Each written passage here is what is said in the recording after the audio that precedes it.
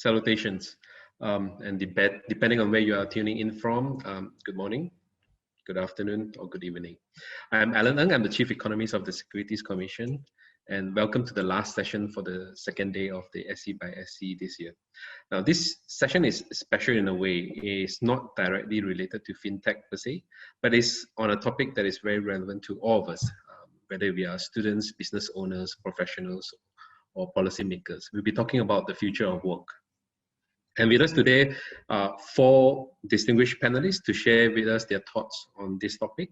And they are Akim Schmilan from Senior Economist from the World Bank, Chan Soon Sing, Chief Executive Officer from Teach for Malaysia, Chua Kwang Yu, Customer Solutions Consultant from JobStreet.com, and Noor Suraya Sazali, researcher at Khazanah Research Institute.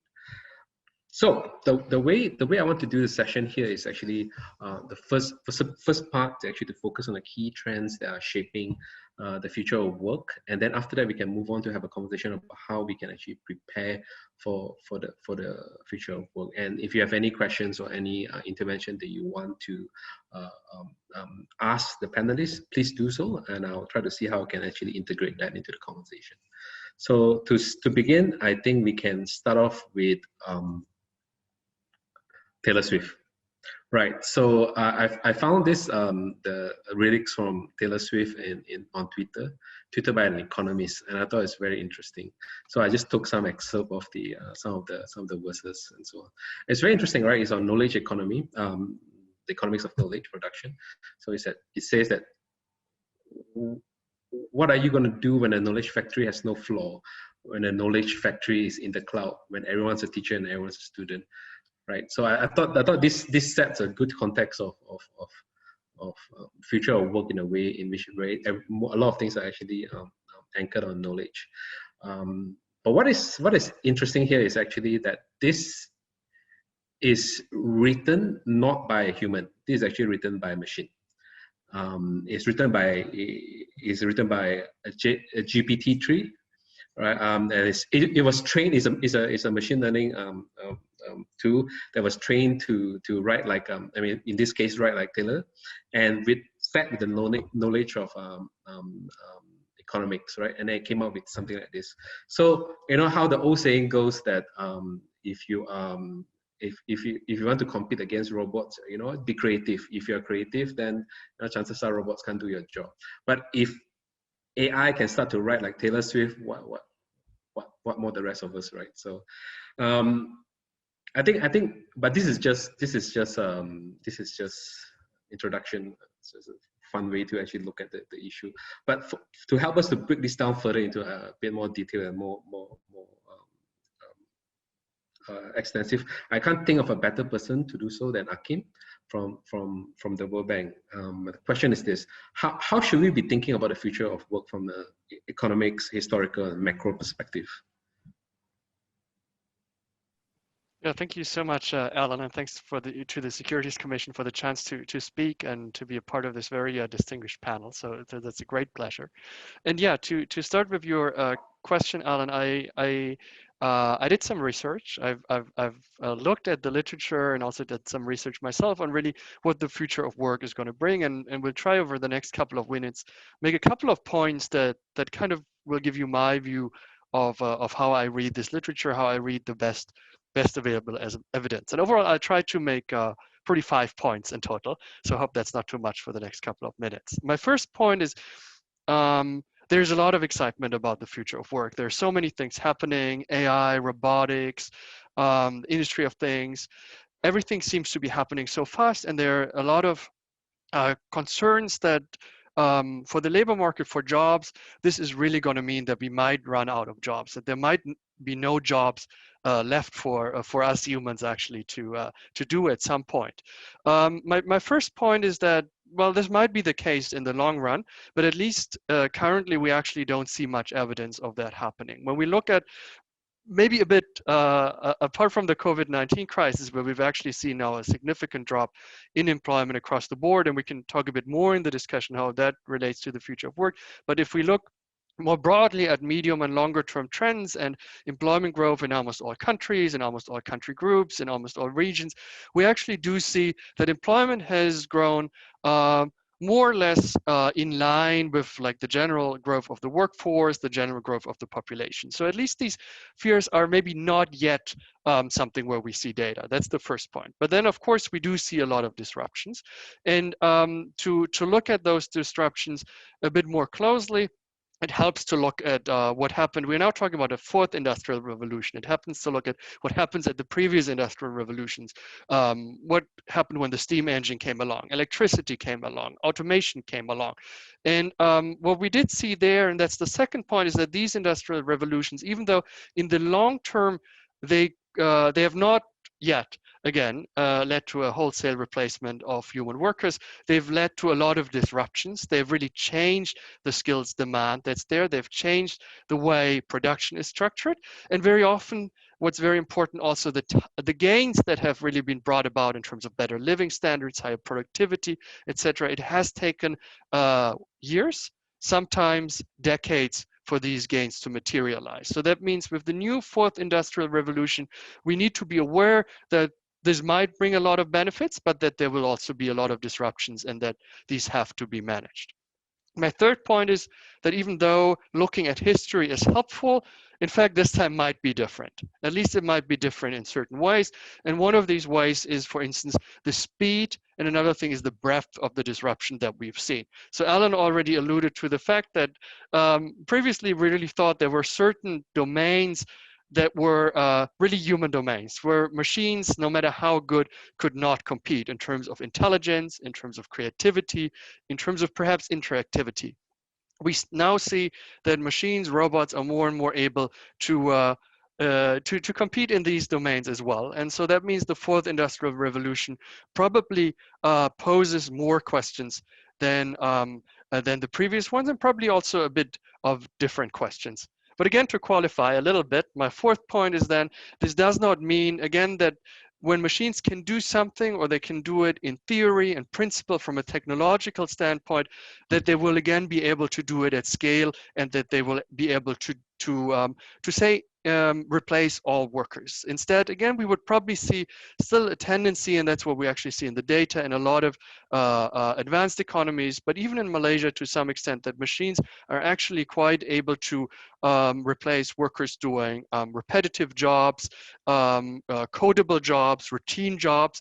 In terms of these more jobs requiring intelligence, human interaction, maybe they can do it from a technological standpoint, but in practice, there are a lot of hurdles. The first is if technology is available somewhere, it doesn't mean it's widespread. It might be that somebody at Google in a lab can write an AI program that can now do Taylor Swift songs. That doesn't mean all of us who are like singers, songwriters somewhere in the world can do this. Second, even if we can, maybe it's still much, there's still a pricing effect. It's not only about technology. Like for instance, we look at garment manufacturing, footwear manufacturing. We now see Adidas, Nike producing some shoes in 3D printers, but across the board, it's still much cheaper usually to do this in Cambodia, to do this in other low wage environments than to have machines do it, even though the technology is there. And third, there are a lot of regulatory hurdles. So even if the price is right, even if there's technology available, there are regulatory hurdles. And maybe my last point is really when we talk about the policy side, and we'll come back a bit I guess, to this discussion later on, this really means we need to think very closely about these interactions and about the fact that some of the gains are going to take time to materialize. And that means we need proactive policies in terms of skills, in terms of regulation of the industry, and also in terms of ensuring minimum protection for all, in particular those that might be negatively affected by any of these technological changes. All right. Okay. Thank you, Akim.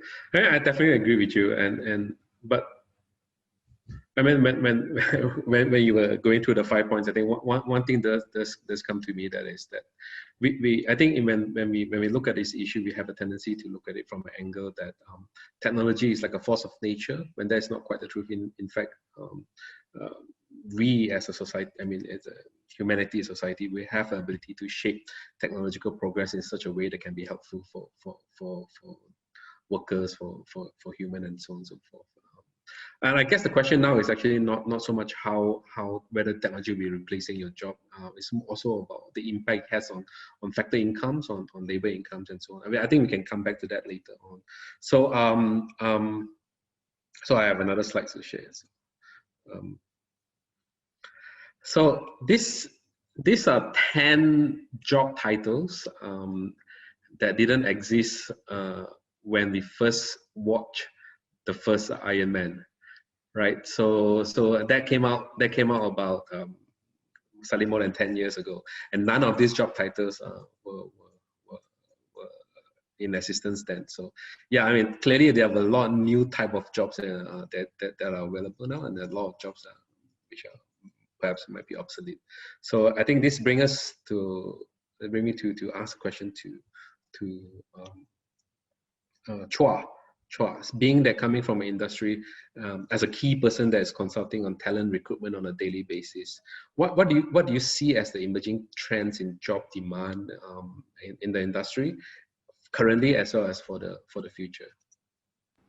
Hi, thank you, Alan, and also want to thank the Securities Commission for allowing JobStreet to be here as well.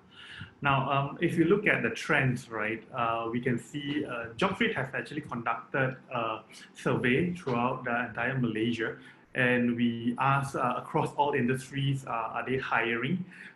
So we have some results over here. The survey was done in August. So we can see the top 5 that they are going to hire in the next 6 months. First comes out to be admin and HR. So that's more of operational task roles that's a lot of companies are hiring. Second would be from sales and business development. That would mean that we also see that a lot of companies are trying to sell or trying to quickly recover from their losses for the past 3 months or 6 months. We also see an increase, rise in IT, and surely we can see from the IT it has evolved. So I want to echo what Akim has mentioned also over here. So we can see from programmers now also turning into web developers. We can also see companies going into cloud. So the adoption of technology, I think, was abrupt, and that's where it forces big and small organizations to adopt technologies like that. Overnight, right, we can see a lot of people start using the Zoom, WebEx, online meetings, because these are things that they need, tools that they require to have business continuity to continue to discuss. Yeah.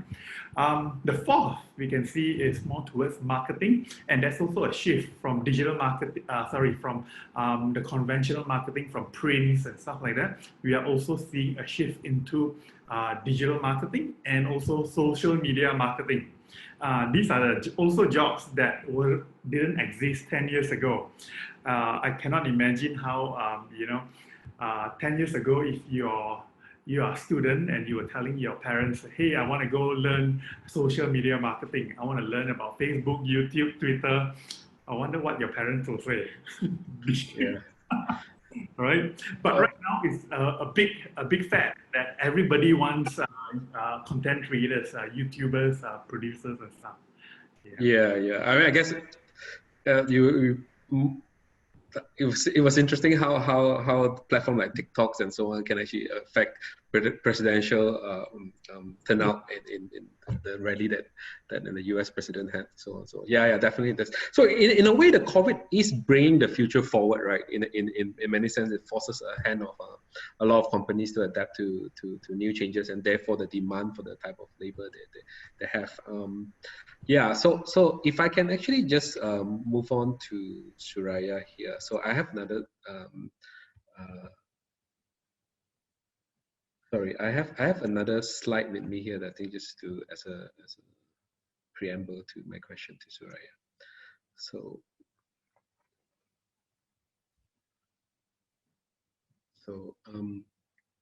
screen.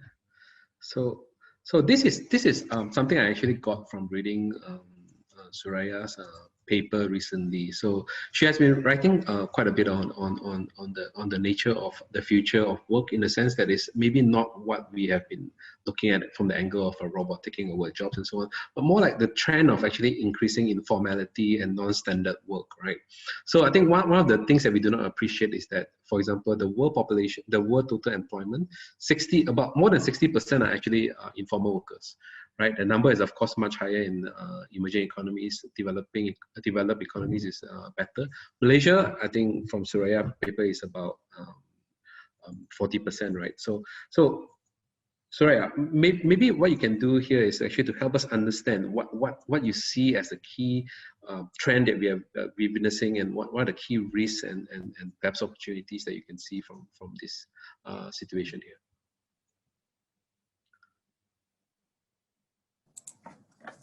Hi, thank you, Alan, and thank you so much for reading our paper that I co-authored with Hawati from KRI. So yes, you're right. From the charts that you presented, we estimated that about 40% of total workers, including citizen and non-citizen in Malaysia, can be considered to be informal workers. Considering that, you know, different terms mean different things to different people, I just feel that I need to clarify what do I mean by informal worker here. Informal worker here means that workers without or limited access to job-dependent social protections and benefits, right? So typically, like, countries use their annual labor force survey to capture this kind of worker, but Malaysia has yet to do that. They have plans. So for this research in particular, we use aggregated administrative data from the Employee Provident Fund, SCxSC, and also the Public Service Department to see what are the size and the share of workers who are without old age contingency, protection against old age contingency, and also like security against employment related risks. So we actually managed to do that for almost like for the past 10 years. I have good news and also bad news. Right, like you mentioned, in 2019, about 40% and about like close to 6 million were not part of the existing social protections. This is just active contributor once a year. I'm not talking about whether it's enough, it's whether or not they are participating. The good news is, in the past 5 years, there has been a decline in terms of the share. And then I think that props have to be given to EPF and SCxSC because they have expanded their scheme to self-employed, like Aisaraan under the EPF, and self-employment security schemes under SCxSC. And then SCxSC itself in 2019, they expanded their schemes to non-citizen, so that actually increased the share. However, if we look at the past 10 years, right, so despite these existing efforts that we have, what we see is like the share remain the same in the last 10 years. So for example, right, in 2015, the share is actually about the same, about 40%. So like the argument that we put forward is like this persistent share of informal employment in spite of the existing available scheme may signal that like the new jobs that are being created are moving away from the formal full-time employments that many of us here have that entitle them to this typical social protection scheme. I feel that, so that's number one. And then because we use aggregated administrative data, so we cannot inspect their social demographic profile. So to do that, we actually look at non-standard employment. So another term, but it essentially means that those without full-time jobs. So they can be like part-time and whatnot. So based on our estimations, right, while standard employment, i.e. full-time wage recipients, continue to be the dominant form, non-standard employment's growth has actually marginally moved faster than the standard employment. So that's number one. And number two, right, even though this non-standard employment actually more prevalent in rural area among workers without high educations, in industry like agriculture, right? Yes, that's true. But we also seen that, I think, like, I don't want to be pessimistic, but we have seen like a rapid rise among tertiary educated workers, younger cohort, early 20s to late 40s, and also workers in the urban area, especially in sales and services. So, and then given the COVID-19, and then this is based on the survey conducted by Department of Statistics to check the impact of the closing down of the economy, right? We see that industries that are typically have like higher share or more likely to have non-standard employments are the ones most affected. They are more likely to lose their jobs, they are more likely to lose their income. So, and then, you know, they have to rely on cash transfer and then cannot access the employment related offered by the government. So this is not fancy, but so there's a price to flexibility, I feel. And then more often than not, when we encourage this kind of like flexible employments, it comes with a cost, and I feel that it's time for everybody, including the potential workers, employers, and the government to be aware of the costs of like flexibility, and then how do we manage that? Thank you. Yeah, thanks, Aurelia. I think these are very key issues, right? In terms of, we have a emerging trend in which the nature of employment is very different from what it was in the past, full-time standard employment, right? And then clearly what need to come along will be a change perhaps in the social protection that we have. We will come back to that later on in this session. But when we were still colleagues, right, I think one of the key trends that we did notice is that maybe a bit more positive, is that this flexible ability for workers to join the workforce also was seen to have a very strong gender dimension, in which a lot of the increase in self-employment actually came from women. I mean, of course, it brings again the issue of flexibility versus vulnerability and so on. Yeah, and also I think it's also highlight another key point in the sense that if a lot of this new standard work is actually empowered by digital technology and so on, then the question is, if the infrastructure that we have is not conducive, or perhaps when cell phone providers suddenly stop working for a full day, what will happen to all the Grab drivers and so on? I mean, and then there's a rural dimension of this as well. Coming to that, I think Soon Sing, you have looked into this issue, and you commented on this before on the various aspects of inequity in education system, and how it perhaps can relate to the topic that we have today on the future of workforce. Perhaps you can comment on that. Yeah, thanks, Alan, and it's good to be here with all of you that are here today. I think that at Teach for Malaysia, we exist really because we want to work towards an education system that ensures that all children in Malaysia have the access to an excellent education, which basically means eliminating inequities in our system where possible. And so I think that when we think about the future of the workforce, I think there are really three key things when it comes to inequity that we need to look at. Number one, I think that there are existing challenges or inequities in our system that we need to work towards and we need to solve for. And so in the Malaysian education blueprint, there is a goal to reduce the equity gaps by 50% by this year, by the end of this year. And that's looking at academic achievement and the gaps between urban and rural schools, the gaps between socioeconomic status, and the gaps between gender performance. So Soraya and I were teachers before under the Teach for Malaysia program, and we've seen what some of these inequities look like. I used to teach in a school where I had kids who were 16 years old that had no learning disabilities but had no ability to read and write in any language of any sort. And they were going through the school system and had been there for 9 years, but were just completely illiterate.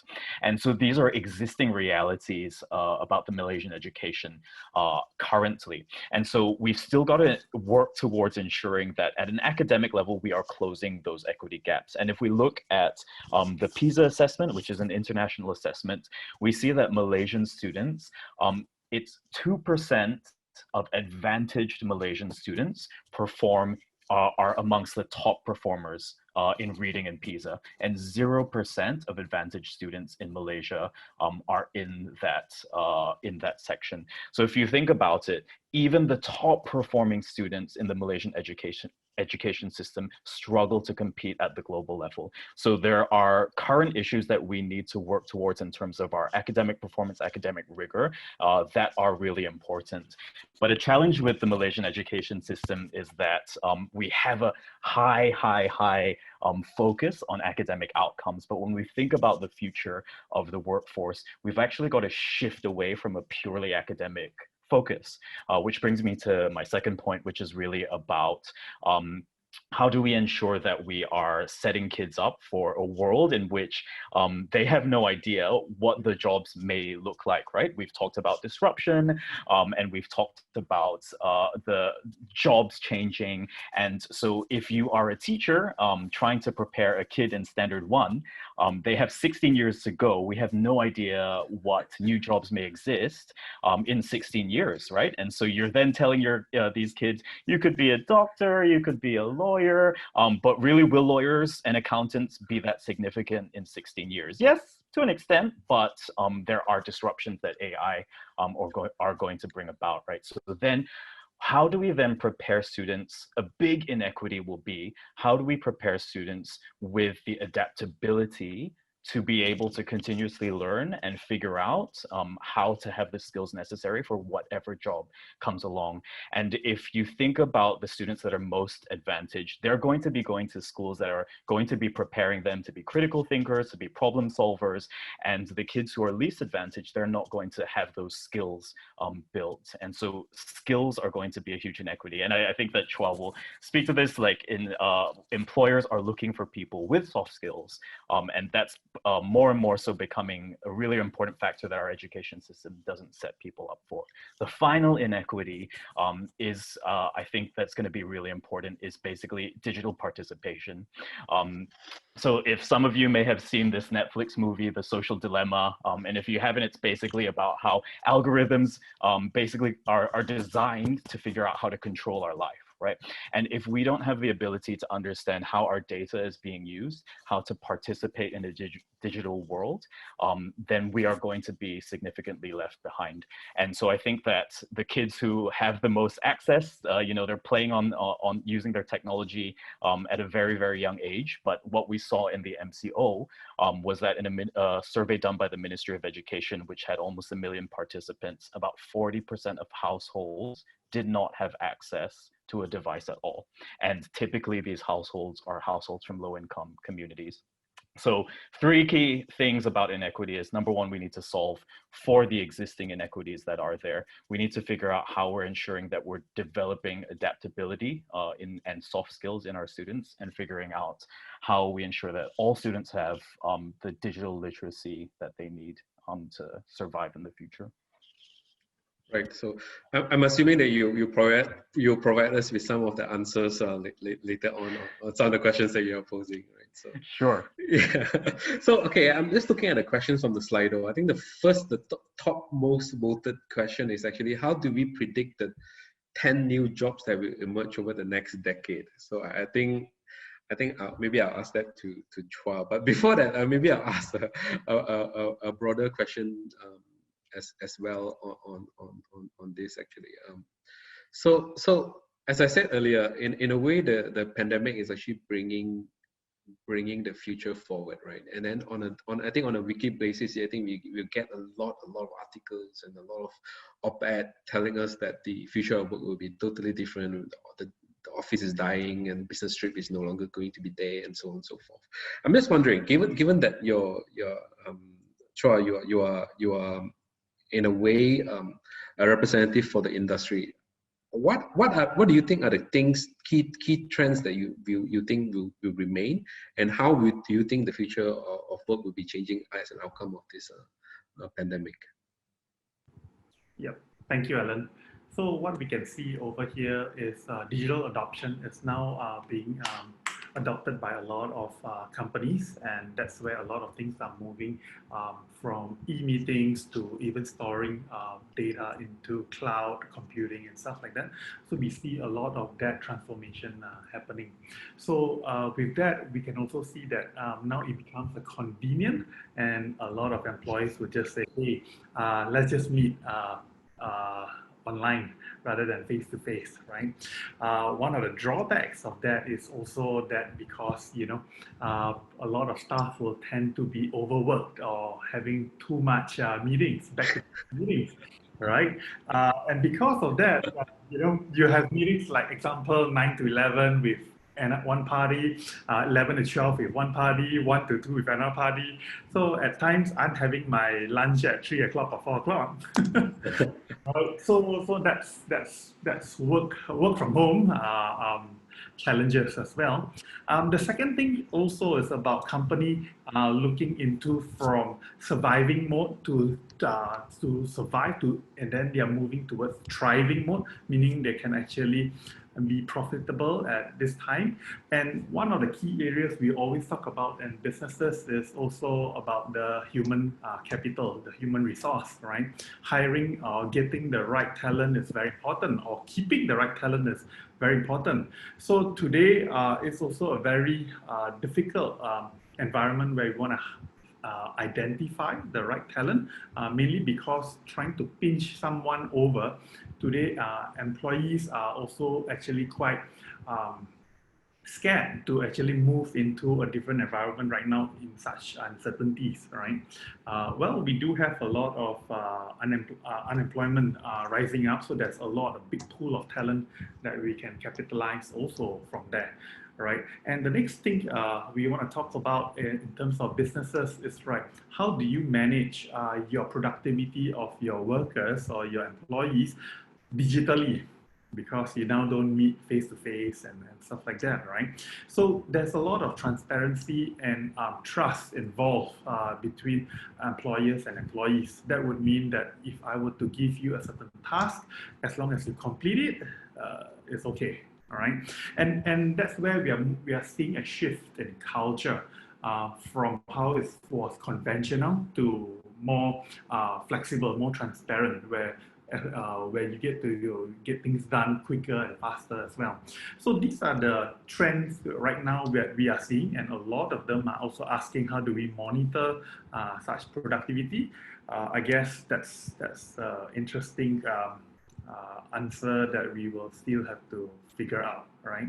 Now, coming back to the question on someone asking us, how do we predict what's the next 10 jobs that is going to be relevant to you in the next 10 years time, right? I think all of us as employees, we need to, or candidates, we need to keep ourselves on the toes, mainly because the world is continuously evolving.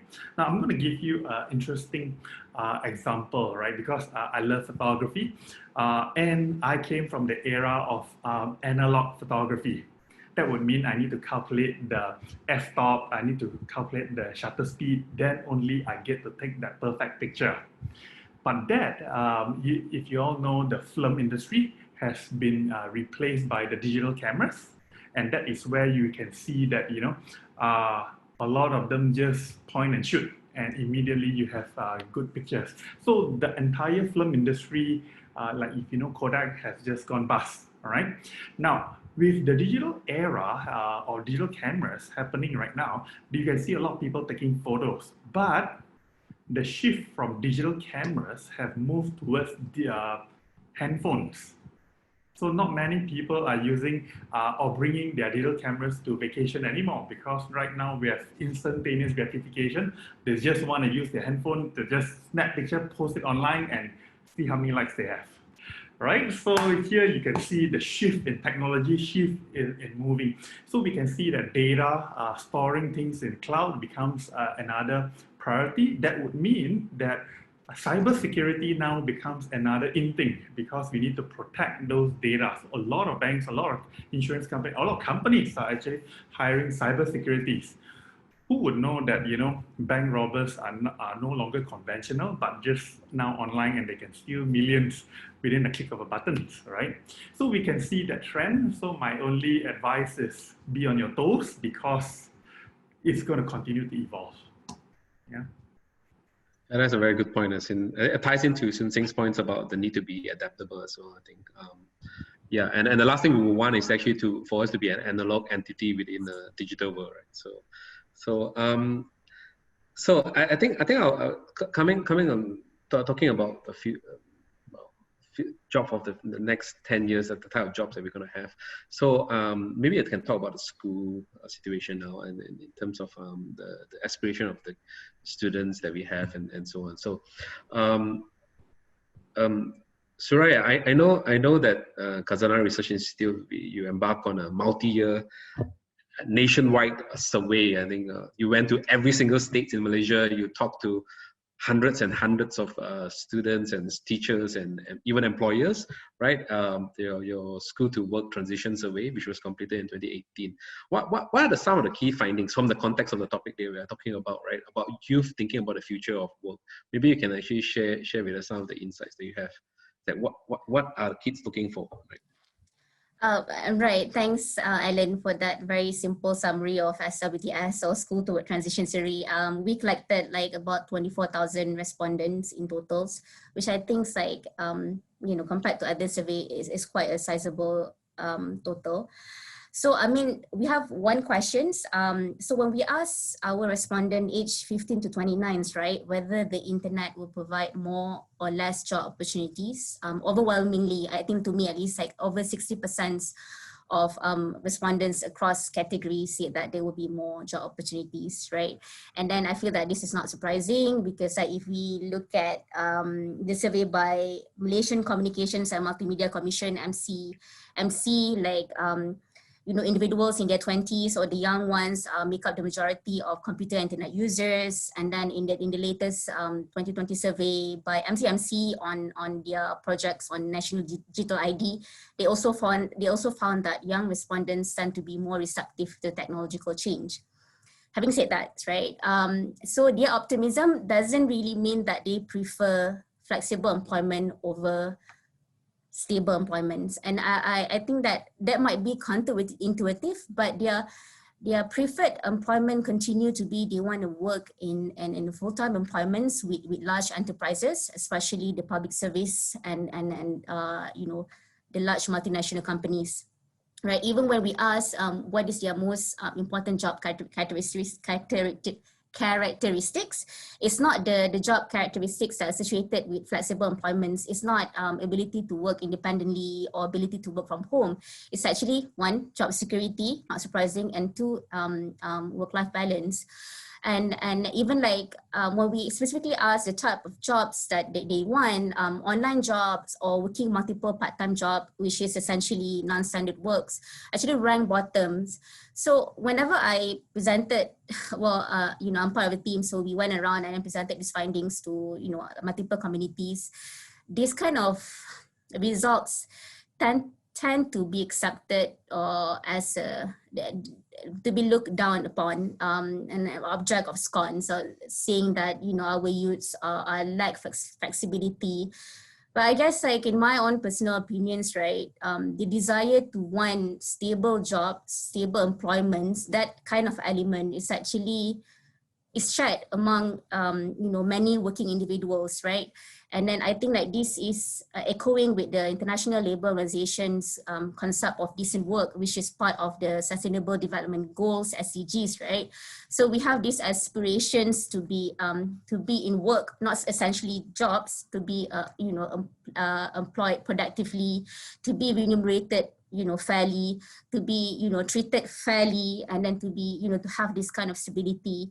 So I feel that, you know, regardless what kind of future will bring, whatever shapes that it will take, the central role of work in defining our well-being, because we spend a lot of time working anyway, will never change. So I honestly well, we cannot fight the future, but it's really, really important to not just generate job for job's sake. It's not the numbers here. It's almost the quality of jobs. And I'm not talking about like, oh, we need more high paying jobs, but because like the bulk of our workforce is actually in the middles, right? And then we should never let them left behind. They are doing decent work. So just making sure that the jobs that they have, we narrow the decent work deficit. So I feel that this kind of concept is more important than ever. And then making sure whatever that protection schemes that we have cater for that. So, you know, in the kind of jobs that we have might change, but we can also adapt, you know, to these things so that the element of decent job remain, because yes, human, at least like for me, I hope will continue to persist in the future. Yeah, I think the key term here is decent job, right? The creation of decent job for all. I think one of the key things that we tend to be surprised when we are talking among ourselves is that when I ask the question of how many out of 10 Malaysians who are working now, how many of them do you think have a university degree? I think most of us will be giving a number of like maybe 6, 7 of them. The answer is less than 2, right? Less than 2 of people who are in the workforce now actually have a university degree. So so again, that comes back to the situation about the education system as well.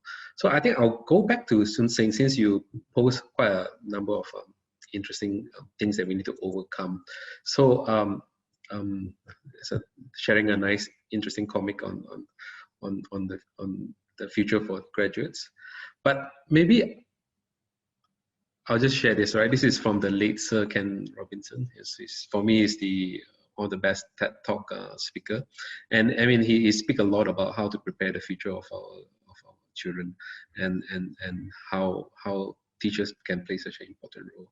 So, Sun Sing, from your view, what are the essential skills that I think we should be taught to our students? I mean, you mentioned a bit of it. Maybe you can elaborate a bit more. And how can we prepare, from your point of view as an educator, to prepare the children for the future?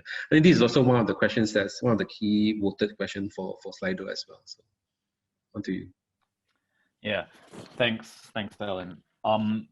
Yeah, I love Sir Ken Robinson. I think that's a couple of points. I think the first thing really that I'll go into a little bit more of something specific, but I think the first thing that we need to see is that we need to make a shift as a society about what education is and what are valuable education outcomes.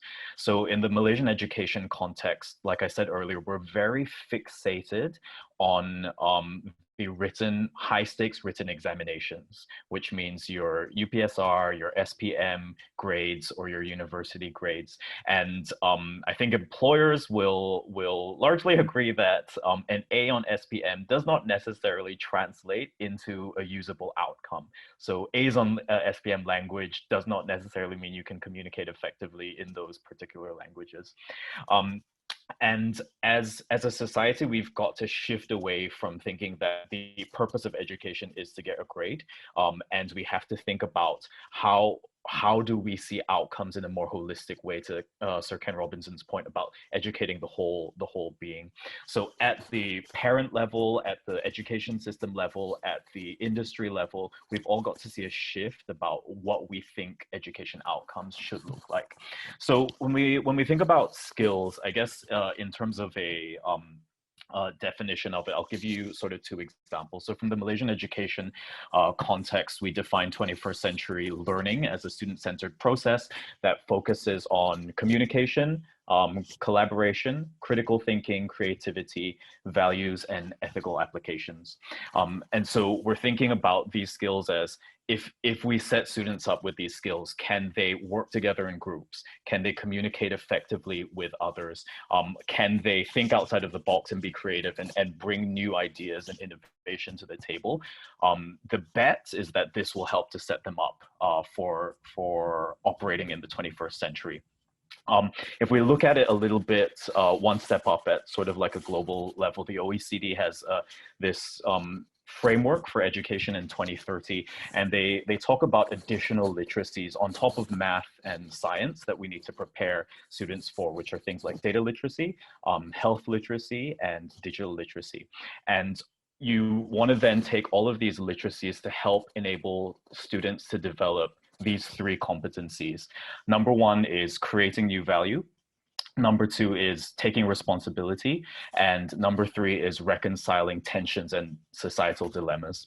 And so these are sort of like the competencies and the things that we supposedly need for to operate effectively in the 21st century, on top of technical knowledge, on top of basic literacies that are there, right? They sound like skills that are totally needed for not just the school children, it's for everyone now in today's world, right? So. Yeah, absolutely. And then the question is, how do you then develop that stuff, right? Yeah. Because we're so used to looking at academic grades and we don't understand how to assess these things. And that's the key challenge. So I'll leave you with sort of three things. If we want to see change in the education system, it has to happen at 3 levels: curriculum, what we teach; pedagogy, how we teach; and assessment, how we actually see the measure the outcomes of that. And if one part of that changes but not the other 2, then it all breaks down, which is where our implementation challenge in the Malaysian context is. And I can give an example, but I think I'm eating into other people's time. So no, I actually do want to ask you to elaborate further. Actually, so when I was working on this topic, one of the key things that appear a lot is in the need to perhaps the way that we are looking at education in terms of teaching someone the skill necessary for the first 20 years of their life and expect them to use that for the next 60 years is a bit like obsolete. So wondering whether you have any thoughts on lifelong learning. Yeah, absolutely. So, I think that's a very sort of like soft and thing that can seem very fluffy, right? But I think it is about there are some basic things that we need to do. And so a key thing that is sort of identified across most literature is that we need to ensure that students have agency in their learning, which means that they feel like they are in charge of their learning. And when they feel that they're in charge, they take their learning wherever they want to go. Where what a struggle that we're having to make in the Malaysian system is it's always been very teacher-centered. The teacher is the source of all knowledge, and your job as a student is to memorize and regurgitate whatever they say. So how do we flip that, where students are seen as not receptacles of knowledge, but they're knowledge creators themselves? And when we can do that, that will set students up to be able to be continuous learners. Yeah, I think that's a good segue to Akim back actually. If I remember correctly, one of the World Bank's development.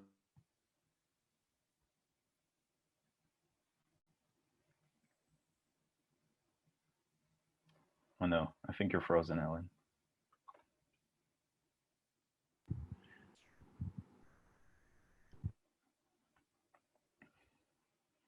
We come back to the macro picture of things and how given the future of work is evolving, what kind of, I mean, a worker is embedded within a broader system of the institution that we have and so on. So I'm wondering whether what are your thoughts on social protection that is needed to evolve alongside this future of work? Yeah, that's a great question, Alan. You were frozen for a moment, but I think I got your question, so I'll right, start sorry. answering it. And if I go totally off track, please catch me. But yeah, so I do think the discussion we've had in the last few minutes is extremely important in terms of, you know, setting everyone up for the future of work, both in terms of their fundamental education, but then also in terms of lifelong learning, helping Malaysians to adjust. But at the same time, we probably have to recognize that because of all the disruptions that are happening and that are going to happen in probably a lot of our lives, there will be periods of change, and we will need some extra support during those periods. And some of us might even struggle at some point to really adjust and might need longer term support. And as Thuraya already alluded to, Malaysia has a lot of institutions already in place to support workers in terms of making these transitions, or even longer term in terms of providing income security. There's EPF for old age income protection, there's SCxSC for injuries, disabilities, and then there's also the employment insurance system. Now the problem, these are all great institutions, and as Thuraya also said, they have made a lot of progress in terms of expanding access, but the problem is still that a lot of them are really based on the standard employment contracts that we do see are at least not expanding as much as we want to see them, and are potentially even decreasing, or might start decreasing at some point with the changes of the nature of work. And so this puts pressure under the system. And I think in terms of then the policy moving forward for social protection, or really the very broad directions, I would say are twofold. I think first we need reinforced efforts to use these institutions because they're strong, good, time-tested institutions, but expand access even further to parts of the workforce that are not covered. And for instance, the gig economy gives us a lot of opportunities that we didn't have before. It creates challenges, but also opportunities. For instance, when we talk about traditional informality, you have somebody like working in a Mamok stall or something. It's very hard for them to be covered by SOX or EPF. How do you know where this person is, who they are, how much they make? It's really difficult. For somebody who works for Foodpanda or for Grab, it's still an informal job, but in a way, Foodpanda or Grab know a lot about this person. They know exactly when they're working, how much they're making, what their job is. And so that gives us an entry point, and doesn't necessarily mean that we would need to mandate all these workers to contribute to SOX or EPF, but we could make it much easier than it is today, and we could incentivize it much more than what's happening today. So I think that's definitely one broad direction. Still, there might be some who will be uncovered by protection, even with these best efforts. And I think we've seen it very much so also in the COVID-19 crisis, where initially the government response was very much focused on using EPF in particular, but also some of the other social insurances. And then there was a realization that that's maybe not covering everyone. So I think overall, this means there is, going forward, probably a need to think more about broader redistribution, about broader social protection interventions, and part of that will cost money, because if it's not contributory, it's probably tax financed, and that means we also even have to have a conversation about how to generate revenue for doing this. Where can we increase taxes? Not maybe immediately in this current situation, which might be very hard, but more in the medium and long term, and really think about how to really develop the social protection system on the expenditure side and also on the revenue side, not necessarily going towards a European-style welfare state, but going a bit beyond what Malaysia does right now. Malaysia has about 15% of GDP in terms of tax collection, which is extremely low for an upper middle income country. And nobody's probably suggesting to go to like 50, 55, 60%, where France or Denmark or Sweden might be. But there's a lot of room in between. And I think that's a conversation really to have over the medium term. How can we adjust to this disruption? And what could be the right balance for Malaysia to offer adequate protection without, stemming economic growth and private sector development? So Akim, so maybe I can just share some of the topmost voted question on Slido now is actually on whether Malaysia should adopt UBI. Is UBI one of the things that we can actually have? But maybe I can also try to contextualize in the broader questions, right? So one of the key conversation that we have with regards to social protection, UBI, and future of work is the fact that labor income has lagged significantly behind, in most parts of the world, has lagged behind capital income, right? So would what you suggest actually solve some of this problem? I mean, the underlying trend is still there, in which the labor income is falling behind capital income, right? Yeah, so I think there's really a need for a very broad policy response, and the social protection is one element there. I think it really starts on basically industrial organization, trade policy, investment policy, regulation of sectors, really thinking about how to create competition, which at the end of the day will then benefit more workers. I think what say Soon Singh said about the education system, preparing workers, will also contribute to solving the problem to some extent, because a worker who is more productive will probably have a better share at the end of the day. And we do see in Malaysia, even with some concerns for the relative wage premium for graduates and the wages for new college graduates, over like the very long term, there's still quite a significant premium to education. So I think that these are elements. But then the third pillar would be the social protection system. Now, whether we want to go to a UBI or not is I think an open question. I think it could be an aspiration. I think there are some philosophical questions. something not for me as an economist hard to comment, say whether we want to guarantee really a universal unconditional income to every Malaysian, irrespective of whether they work, irrespective of whether they look for a job, irrespective of whether they do any volunteering. I'm not saying we shouldn't, but you could argue either way, I guess. For the economist, the more pertinent question is probably, can we afford it? And I think that's probably a challenge with UBI. If it is to provide significant protection, it's going to be relatively costly. Again, that's not necessarily an argument for not doing it, but I think it is an argument for just being very clear, doing careful studies, and perhaps starting to go towards that without necessarily going all the way at once.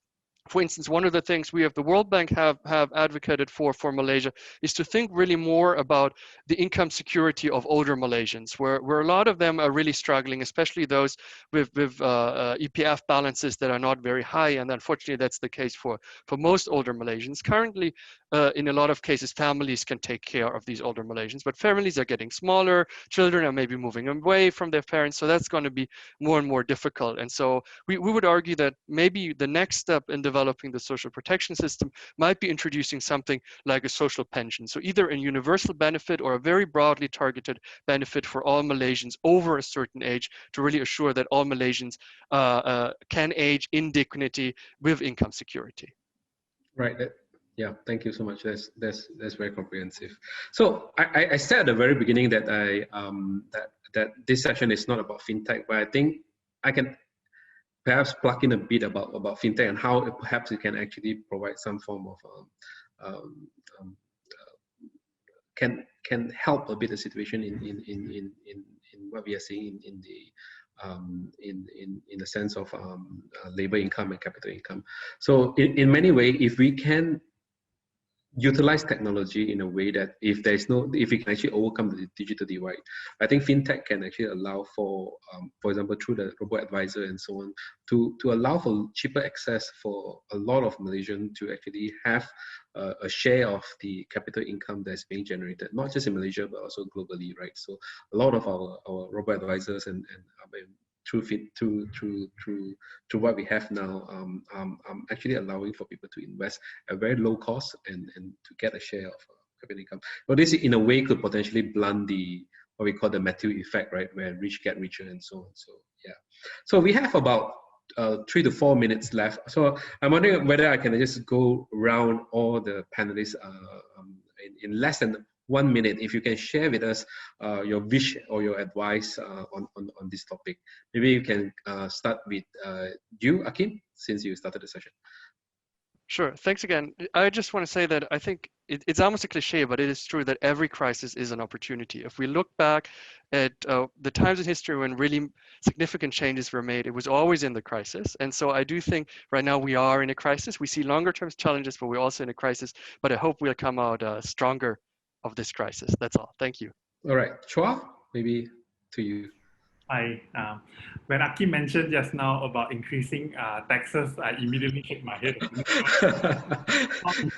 Yeah, I think Malaysia is moving towards a development nation, and one thing, if you're going to contribute, we need to definitely be a high-income nation as well. Then we can contribute more, and with that means that we need to have knowledge. So my personal advice over here is where we continue to keep on learning, and that's where we become more relevant to the future. Yeah. Right. So thank you so much. Sun Sing, how about you? Sure. One of the benefits of working in the education sector is that we get to see just how talented and amazing Malaysian young people are. They are so intelligent, they are so talented, they are so creative, and we need to ensure that we are setting our young people up to lead in our society. And that means allowing them to be creative, allowing them to make mistakes, allowing them to just try out really bold things. And so I think that as a society, when we think about education, we've got to shift our paradigm of what we think it should be doing. We have to shift away from, like I said, again and again, our high stakes written examinations, and think about what does holistic education and holistic assessment look like in order to prepare our students to participate in the future of work. Okay, great. Soraya, you. Right. So picking up from Chua mentions about the importance of learnings, right? So I guess have to promote our forthcoming publications, set of households coming out in this month, actually, end of this month. But then on a more serious notes, right, it's very, very difficult to predict the futures, but what we did in the publication, we look at the past 30 years on what are some of the lessons that we can learn. And then like Akim said, that this is a time for us to, you know, really think about what are, you know, the changes that we want to make. So we try to at least like, you know, pose some questions on you know, what are our underlying assumptions on the labor market. So please do look out for that. It's not, well, it's not much, but it's a little bit from us. So do look, you know, wait for that. Yes. Yeah, so we reached the end of our session. I'm fully supportive of Soraya. I think their state of household this year will be fantastic. I mean, I have got some preview on it. It's 3 times the length of what it was last year. So look out for it. It's amazing stuff. So thank you so much to all the panelists. Thank you for joining us, and for those who are tuning in, thank you so much to give us 1 hour of your time.